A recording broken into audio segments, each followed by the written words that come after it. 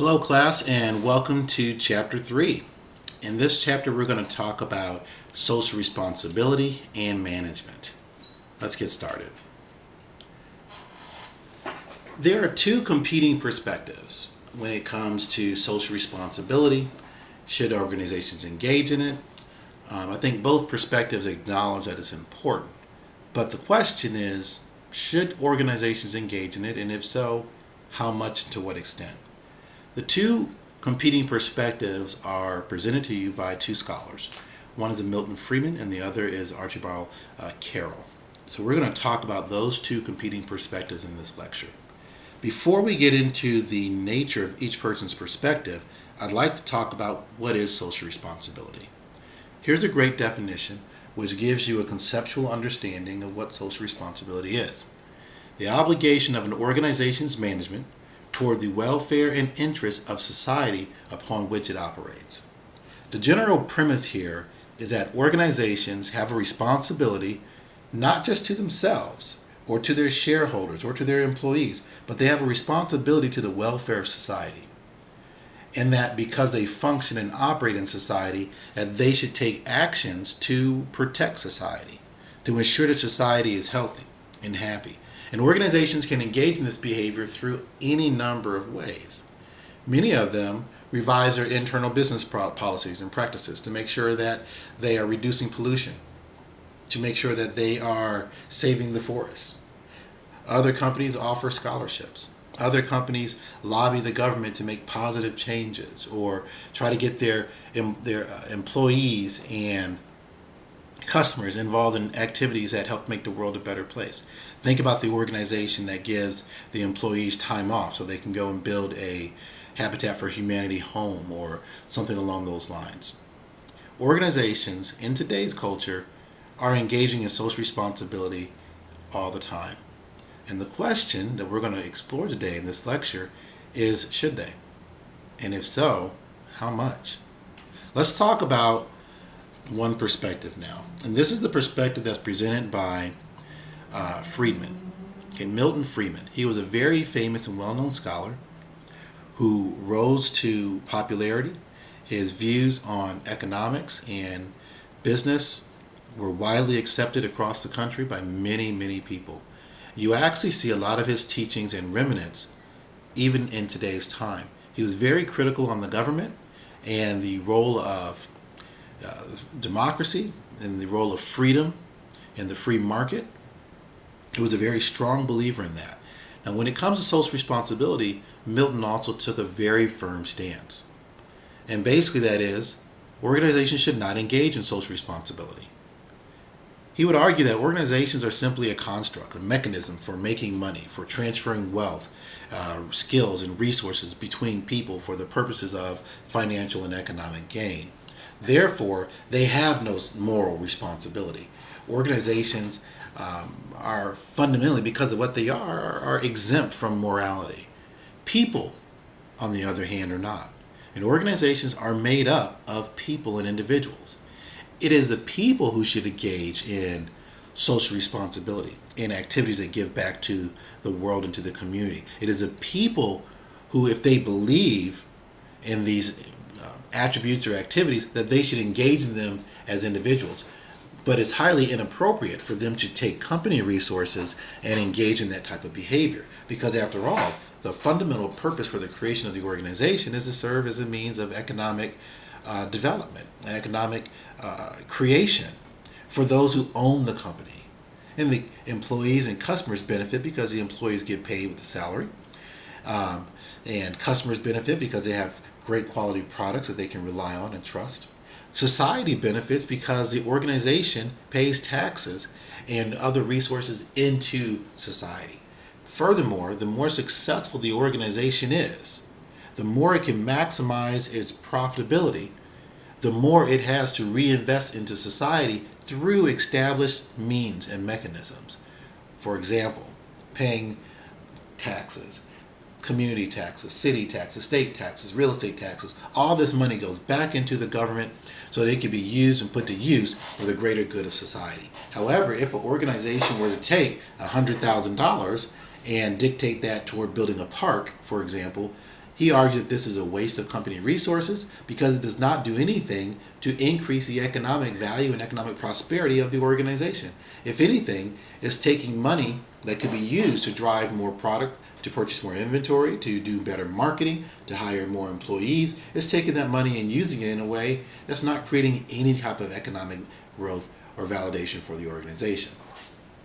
So Friedman is very clear that the primary goal of an organization is profit maximization, not spending company money, shareholder money, on general societal interests, because those interests do not produce an economic or financial return.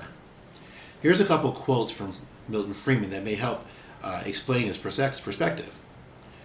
So for the record, history is absolutely clear that there is no alternative way so far discovered of improving the lot of ordinary people than that can hold a candle to the productive activities that are unleashed by a free enterprise system. If a company is forced to, either mandated by the government or employees, or socially pressured into engaging in social responsibility, you are inherently hampering the free market system. You're taking money and resources out of that system to fund other activities where, the fact of the matter is that if people really wanted a park bad enough, they would invest their own financial resources in creating that park.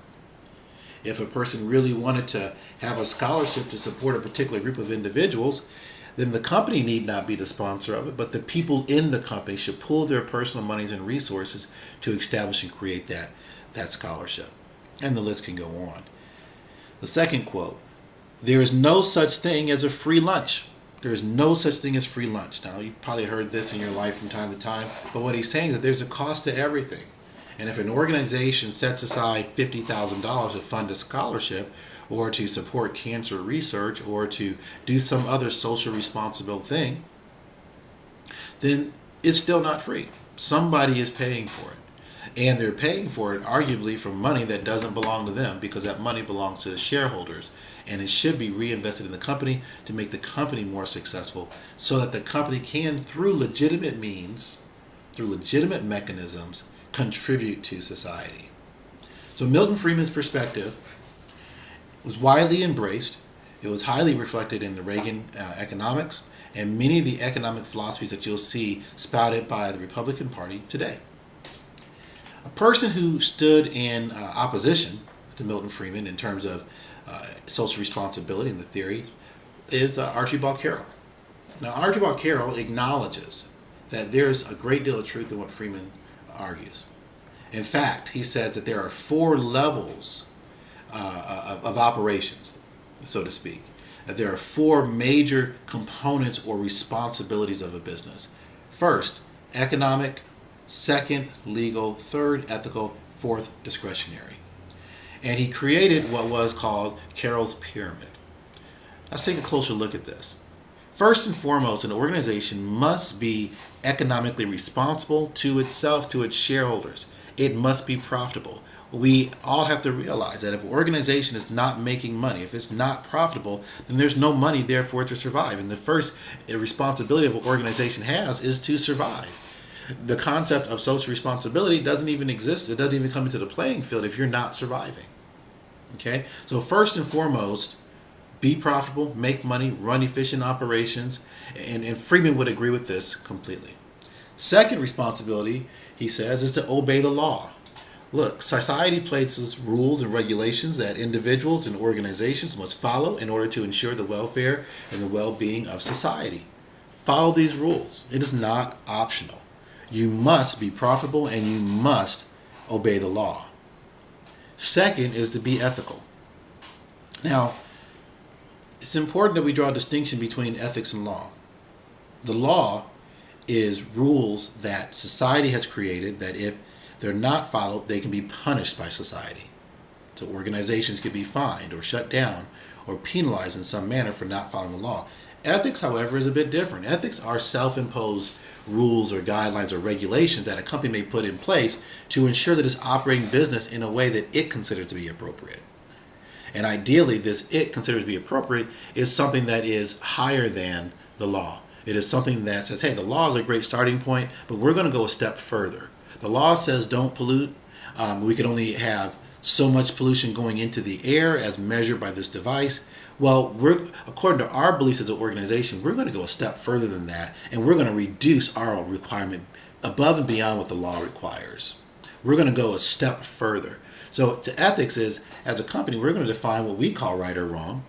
It's not going to be dictated by the law. It's going to be even more stringent than the law. It's going to go further than the law, because this is the type of people that we opt to be. The law doesn't say that it's illegal to lie to a customer. But in our corporation, we don't lie to customers. The law doesn't say it's okay to withhold some strategic information from business partners. Well, I tell you what, in our company, we don't do that. We have an ethical principle of transparency. So he argues that ethics are important. Now, you have to follow the law, but ethics is a choice. And the next level up, the highest level on this pyramid, is philanthropic responsibilities. This means that you're willing to give back. Hey, we're making money, we're obeying the law, we have a great ethical standard, we're profitable. Let's take some of that profitability and reinvest it in the community around us. And hey, if we're not making a return off of that, that's okay. We're not here to simply make a profit only, but as an organization, we want to be good citizens and profitable, which means that we're going to take some of that profitability and give it over to help out society in general. So here we may get involved with community activities. We may do things to try to improve the quality of life for our employees or for other people around the community. We may offer scholarships. We may do all sorts of activities that involve us giving away money. For example, Tyson Foods, they give away over 20,000 pounds of chicken a year. Now that's 20,000 pounds of chicken they could have sold to somebody and made profit off of. But they actually give it away to homeless people, and for the sake of starvation and their efforts to fight starvation, they do this every year. Many organizations give employees time off work to go and work for Habitat for Humanity or any other nonprofit organization that they want to donate their time to. And they still get paid while doing this time. So this is what we call philanthropic activities, and Archibald Carroll argued this is the highest level that organizations can get to. Furthermore, he says that if you're operating in philanthropic responsibilities and ethical responsibilities, right, or philanthropic, another word for that is discretionary spending, if you're engaging in those two, then you're being socially responsible. So social responsibility is comprised of the top two attributes on the social pyramid, on the social responsibility pyramid. That wraps it up for this lecture. If you have any questions or comments, please email them to me or talk to me about them in class if we're meeting for a physical class. Other than that, don't forget to study, and I'll see you later.